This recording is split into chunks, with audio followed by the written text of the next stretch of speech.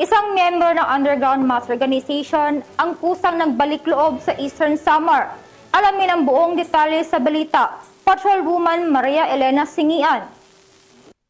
Winakasan ang pakikibaka at kusang nagbalik loob sa pamahalaan ng isang miyembro ng underground mass organization sa Barangay Garden, Arteche, Eastern Samar. Ang pagbabalik loob ay resulta ng matagumpay na panawagan at pagsisikap ng mga tauhan ng 801st Maneuver Company Regional Mobile Force Battalion 8 kasamang Provincial Intelligence Team Northern Samar at Regional Intelligence Unit 8. Samantala, nakatanggap naman ang nagbalik loob ng agarang tulong pinansyal at food packs mula sa mga kapulisan. Ang nasabing surrendery ay nasa kustodiya ng 801st Maneuver Company RMFB 8 para sa kanyang posibleng enrollment sa programa ng ating gobyerno na Enhanced Comprehensive Local Integration Program o ECLIP. Ang pagbabalik loob ng dating miyembro ng UGMO ay representasyon ng mga programa ng ating gobyerno sa pagwawakas ng insurhensya at terorismo ay matagumpay na naipapatupad tungo sa pagkamit ng payapa at maunlad na bagong Pilipinas.